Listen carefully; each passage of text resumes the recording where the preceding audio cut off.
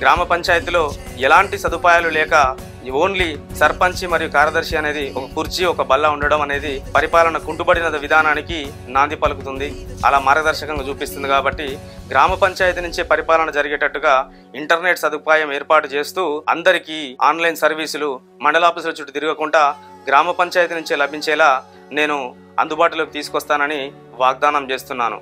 అలాగే గ్రామ పంచాయతీ పరిపాలనలో భాగంగా అంగన్వాడీలకు, ఫీల్డ్ అసిస్టెంట్లకు, కేసీ కేంద్రం నిర్వహించేటటువంటి ఆశా కార్యకర్తలకు అందరికీ కూడా గ్రామ పంచాయతీ అభివృద్ధిలో భాగస్వాములను చేస్తూ వారందరికీ కూడా ఒక డెస్క్ అనేది ఏర్పాటు చేస్తూ ప్రతిరోజు కూడా వారు గ్రామ పంచాయతీలో అందుబాటులో ఉండేలా నేను చూసుకుంటూ మన ఊరికి స్వపరిపాలనను, స్వరాజ్యాన్ని తీసుకొస్తానని నేను వాగ్దానం చేసుకుంటున్నాను. అడివెంల నుంచి గత 30 ఏళ్ల నుంచి చూసుకుంటే కూడా మనకు ఒక డొంకదారి అనేది ఉన్నది.